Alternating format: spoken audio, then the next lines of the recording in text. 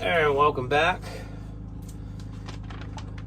This is amateur running for Ultra 100s with your host, Captain G. I wanted to go over, I was watching my videos and I was going over some of, the things in there, and one of the things I did want to make sure that anybody watching these understood my failures. I think you learn a lot more through failures than you do through success, and usually failures, the innovation of pushing harder and past, and getting past those. So knowing why something fails, that I think is more valuable than just, having success all the time, because, eventually you're going to hit a wall and you're going to hit something that you fail at. So it's better to have some failures early on than later, such as life. But anyhow, I'm going to go over the failures here. Some of the big ones that I had, doing my first 100.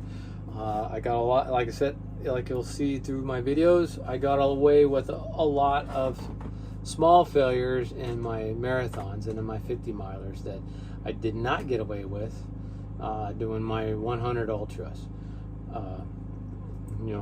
That ultimately leading to my DNF there at 87 miles, literally a half marathon away, which is a drop in the bucket compared to the training I did was putting in, and what that was all that was left with time remaining. It wasn't like I only had like an hour to finish. I had hours. If I was able to walk, I might have actually made the time. So you don't make those same mistakes. I'm going to impart my failures onto you, and hopefully that whoever watches this, they see, oh wow, okay, that's I've experienced that. And a lot of these failures are addressed, and the remedies are in this great book, Fixing Your Feet. This book right here, by John and Tanya, I can't stress enough. A million miles of information that I have not run. It would literally take me a million miles to figure out even a fraction of what they have here in the book, and not just one way of doing it. They literally got several ways to wrap the feet. Several different ideas of socks and shoes and all that good stuff in here. So do yourself a favor, save yourself a lot of time, money, heartache, injuries, and buy the book. I'm not endorsing it by any means. I'm just telling you that, boy, it has helped me out. And in the last 2 years, I guess I am endorsing it because it has helped me out. So John did give me permission to drop his name and cite the book, Fixing Your Feet. Thank you, John, for that. So there it is, Fixing Your Feet. There's my name drop again. You'll see that almost every video that I'm doing for Fixing Your Feet, as much as I can, because man, it has helped me a lot. So failures, I'm gonna get right into it. Blister litigation and prevention and attention. Blisters have to be, if you could prevent them from ever happening, that's the ultimate goal. And when they do, you have to attend to it immediately. Small blisters, and you see it in a lot of other people's videos, you got to deal with it. Plain and simple.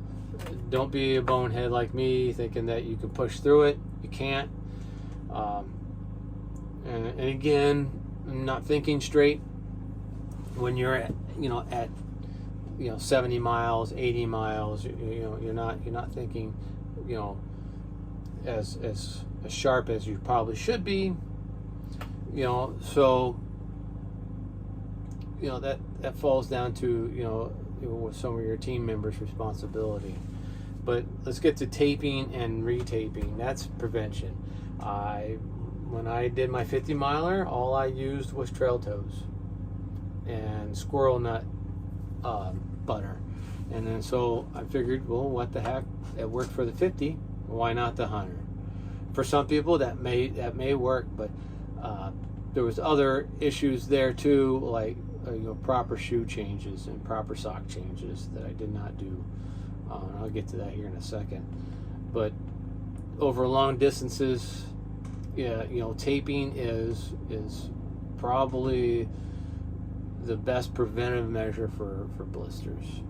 Taping it up with KT tape or rock tape or whatever tape you're going to use, and whatever technique that you're going to do on your foot and your toes, and know how to retape. And that goes for your team members. They should know how to tape it up, because for me personally, after 70 miles, I'm not bending down. I stink at taping my feet anyways, but after 70 miles, I'm not getting down there to tape anything. So your team members need to know that. And expounding more on the team members' roles, they should know how to tape. They should also know how to. They should also be persistent in looking at your feet, especially when you're getting tired and you're getting ornery, and you don't want no, my foot's fine. That's not an issue. You got to have team members to go, hey, look, I need to take a look at your feet. Let's look at your feet real quick. We'll change out your socks. Not a big deal. Let's do this. And the team member's role is keeping all your stuff organized and where it's accessible fairly quickly, so you're not spending time doing looking for stuff. Have it in neat little bags or totes or whatever you need to do. Ziploc baggies that are all labeled. So with that, they also need to know how to deal with blisters and how you're going to deal with it. Are you going to pop them or not pop them? That's just something that already should be addressed and already known. So when your team member deals with it, they're dealing with it. It's a lot easier for a team member to do that with a blister than it is for you to do that with a blister. So there it is. Tape prevention. You want to prevent that blister, using taping to prevent blisters. And then once a blister forms, address it immediately. Attention. You need to attend to it immediately. It's one of those things that will ruin a runner. It DNF'd me at 87 miles. Mine started between my big toe and my second toe, and ran down underneath the callus, went up between every toe, and then on top of my feet, where eventually it popped on top of the foot and then ripped down below, where I was bleeding pretty good by the end of that race. I was actually bleeding.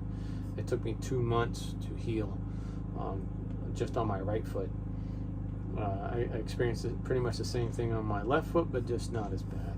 I lost 2 toenails during that race as well. So there was a lot I did wrong. One of those other things was shoes. Shoes. I had 3 pairs of shoes. 2 of them were the same, and 1 of them was different. Dumb. Don't do that. Have the same shoe. If anything, like I do, I have 9 pairs. 3 of them are a half size larger, and even the ones I have are actually larger than the shoes that I need. Now, I understand the type of foot that I have. My second toe is a little longer than my big toe, so I need that extra room in that front of the shoe. So understanding that, I had to get a half size larger. So I wear 9.5s instead of 9s now. And then my exercises are, my bigger size are 10s. It's a half size even up from there. So once I start to swell and I, loosen up the laces isn't working, then I move to the half size larger. hence learning from my mistakes from my last run. And I hope you learn that too. Do you need 9 pairs? Probably not. I don't know.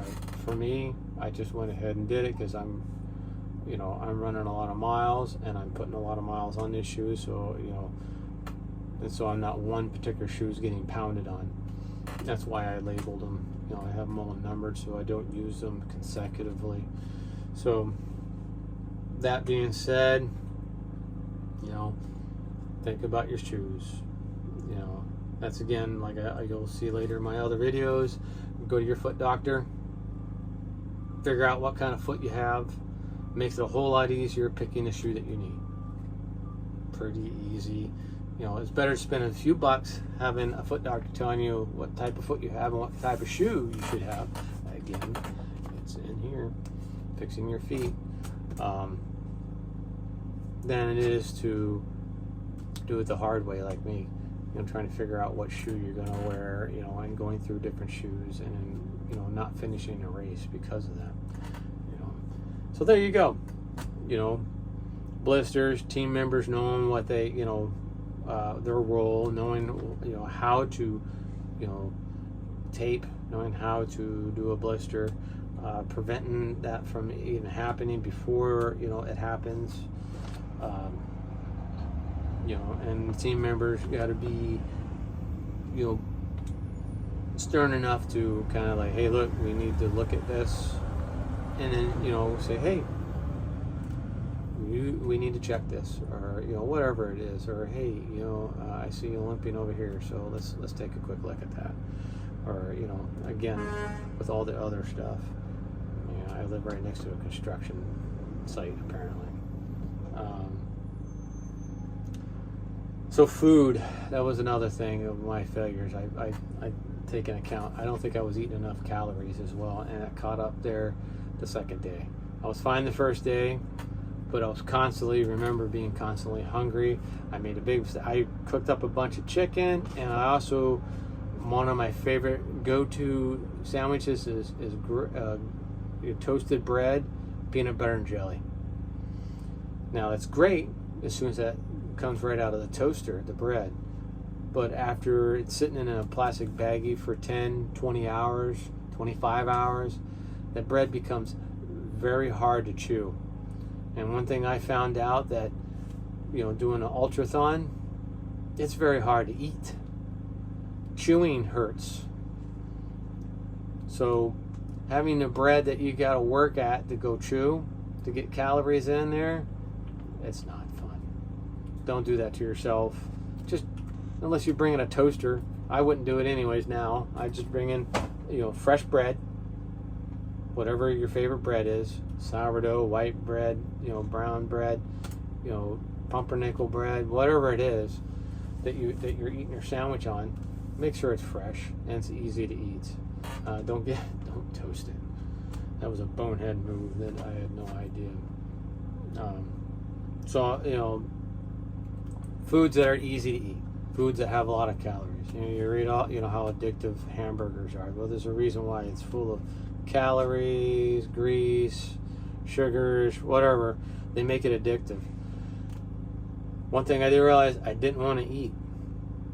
And another thing, as I start thinking about it, is why not get hamburgers along? Have your team members grab a couple hamburgers, because if they're that addictive, you need to take in calories.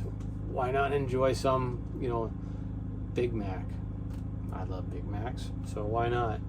I don't eat them anymore, but why not during a race? It's something to consider. I would also train, caution would be the sign of caution. Do that. Do a long run, have yourself a Big Mac, and then keep running and see how you react to it. You may not like the reaction.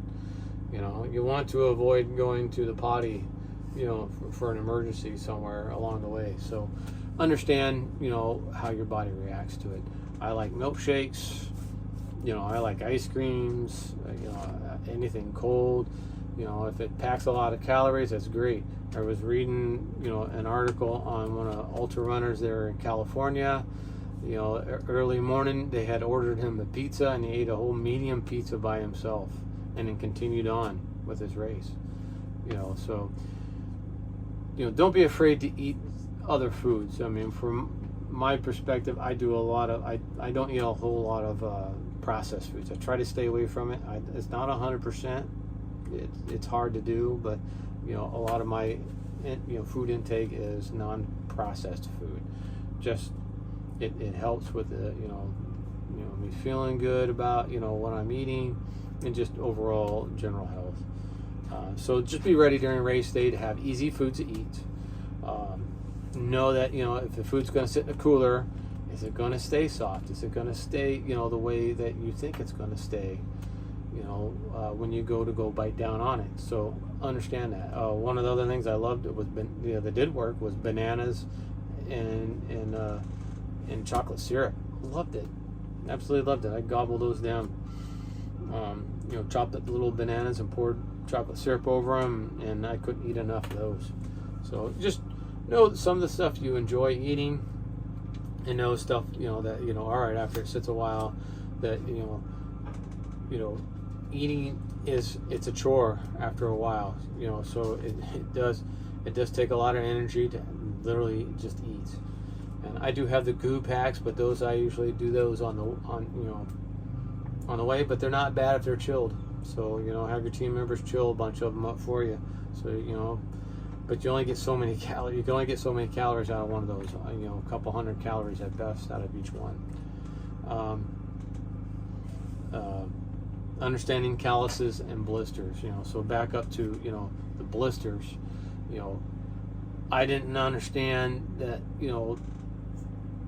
the problem with a lot of my blisters that I had was because of major callus buildup, and it ran underneath the calluses, leading to my DNF.